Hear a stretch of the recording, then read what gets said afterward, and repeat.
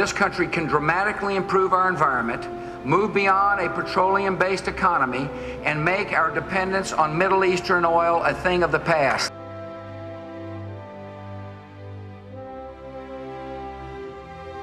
We need a long-term energy strategy to maximize conservation and maximize the development of alternative sources of energy.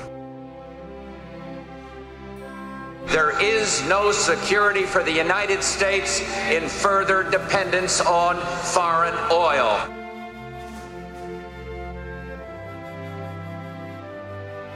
Wind turbines, nuclear energy, solar bank, energy efficient windows, energy efficient home, hydro, American coal, solar power, ethanol, not just from corn, atomic power, wood chips and stalks or switchgrass.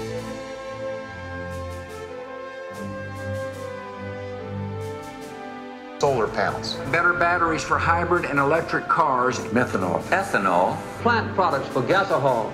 We will continue supportive research leading to development of new technologies and more independence from foreign oil, foreign oil, foreign oil. Tolerable dependence on foreign oil.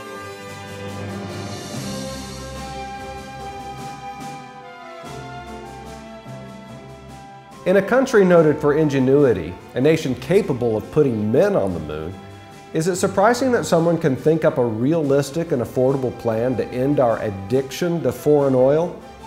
What about a simple idea, one that doesn't require decades to implement or cost billions of tax dollars in subsidies? What is tragically ironic is that our answer exists right here, under American soil. America is blessed with vast underground supplies of clean-burning natural gas. So much natural gas that it amounts to a 100-year supply. In fact, global energy leaders estimate that this country possesses twice the equivalent in energy reserves as Saudi Arabia on an oil-to-gas basis. And did you know that cars and trucks run just as effectively on natural gas as they do on gasoline or diesel? I've had my CNG car for about 1.5 years now. I absolutely love it, haven't had any problems. It's great for the environment, and I pay $1.39 a gallon and haven't had any problems or anything. Compressed natural gas, or CNG for short, has low vehicle emissions, so low that CNG vehicles driven by a single driver are allowed in California's HOV lanes. The government-compliant Chevy Volt can't even do that. Compared to gasoline, CNG vehicles are good news for the environment. But this is just one side of the CNG story that should excite anyone who drives. Why? Because natural gas on a gallon-to-gallon basis historically costs about half the price of gasoline. I've had my car for a little over 1.5 years. It drives great. I save a ton on gas. I drive about 50 miles to and from work. And I just filled up and it was $7.46, and that'll last me for about another week.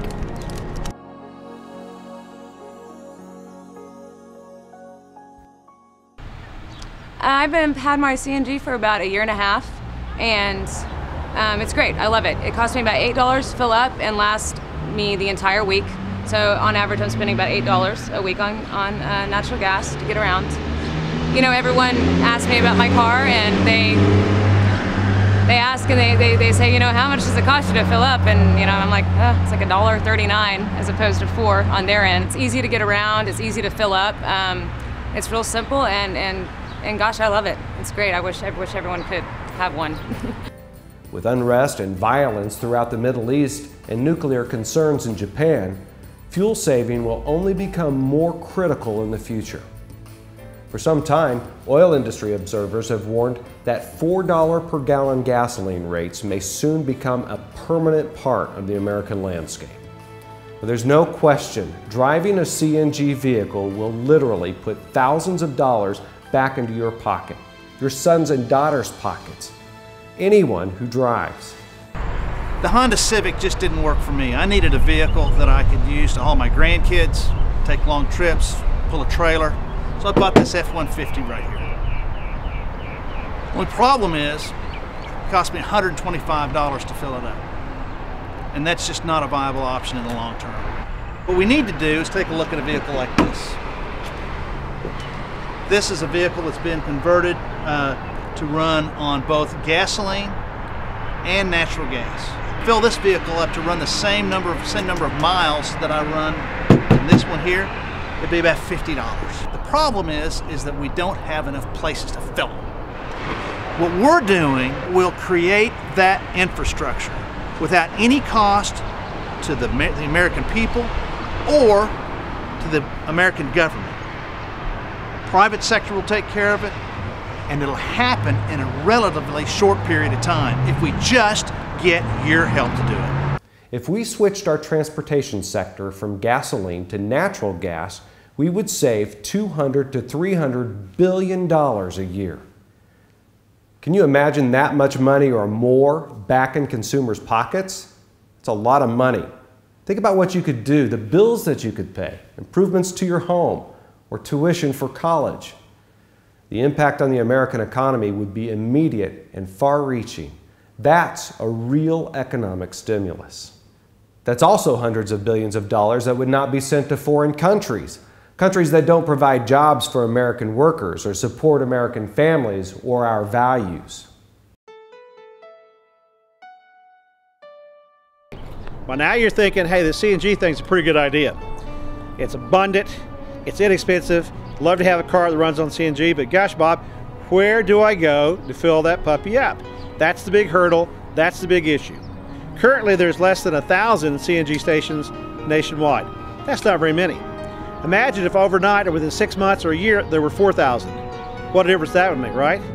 We have the answer right here. I'm standing in the parking lot next to the American flag. It doesn't get any more American than that, at a United States post office. And why am I standing at a post office? The answer is pretty simple.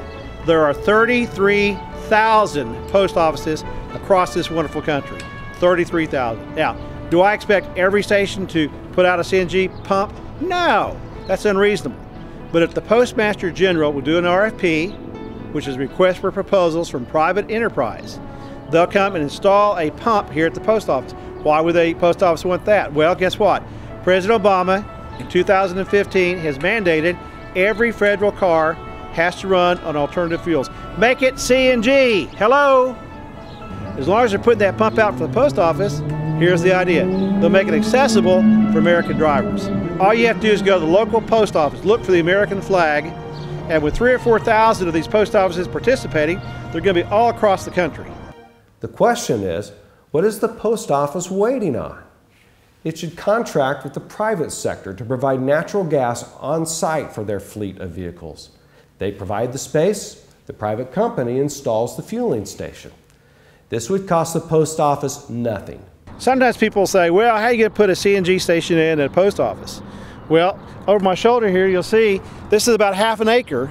They've got every vehicle that they're going to house for the night already parked in there. All we would need is maybe 50 feet so that somebody could pull up on a circle drive and fill up. And don't forget, the post office is going to want to use this too, so they'll be saving money, which is going to help their deficit. But it's so convenient because all you have to do now is just put a pump in there. Private enterprise will pay the post office for the right to do that. So again, the government's making money, not spending money. They're going to give money right here, free enterprise, to the post office. That's going to help the post office deficit. Right there, we're going to put the pumps. It's going to put money back in your pocket. How simple is this?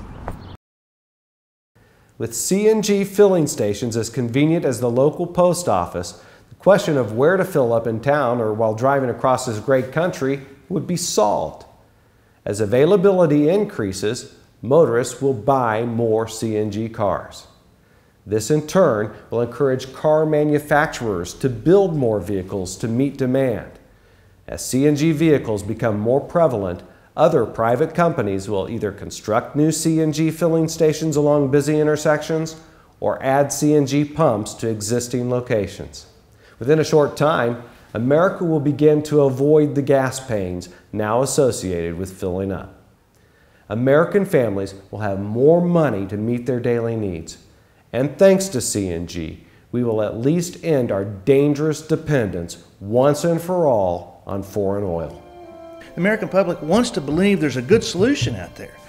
And you know, if we're smart enough to sit down and rationally go through these things, we'll find a good solution.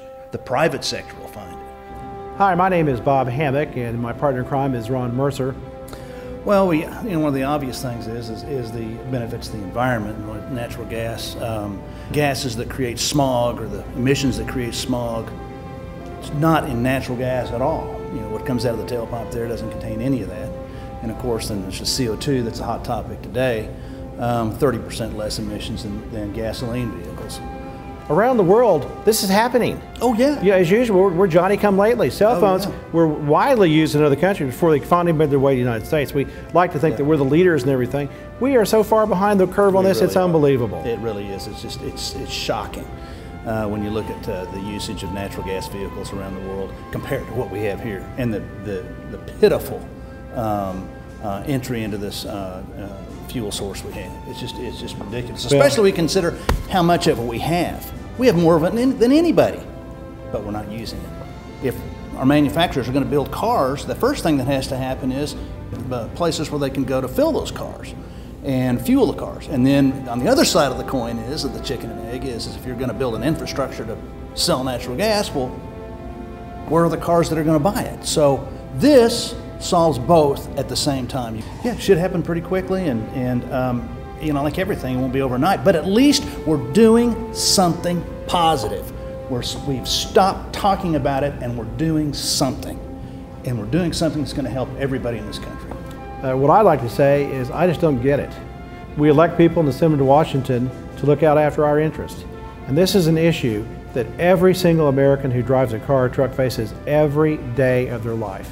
It affects the grandmother who goes to church on Sunday, the teacher who drives to school in the morning. Anybody who gets behind the wheel is paying out the wazoo for gasoline. This is insane.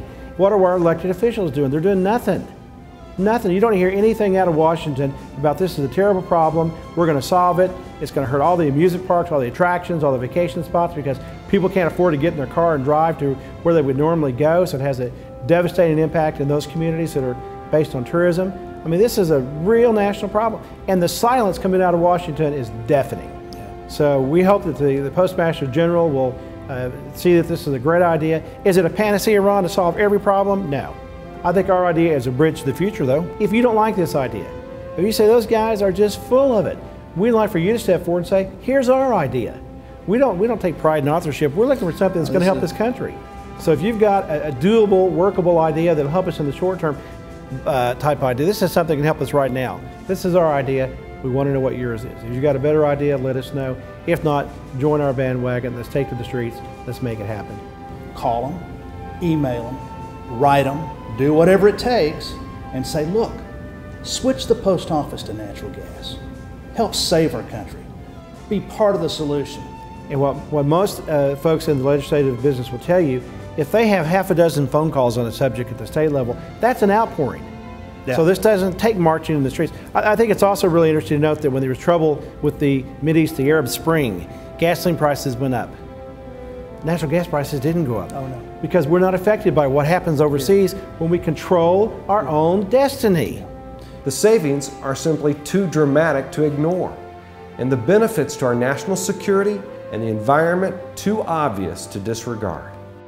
This is not a red or a blue state idea, but one that is red, white, and blue. If you agree that this makes sense, please be a part of the solution. We urge you to pass this video on to your email or Facebook friends. Let's finally end our addiction to foreign oil. I support providing CNG pumps at the local post office.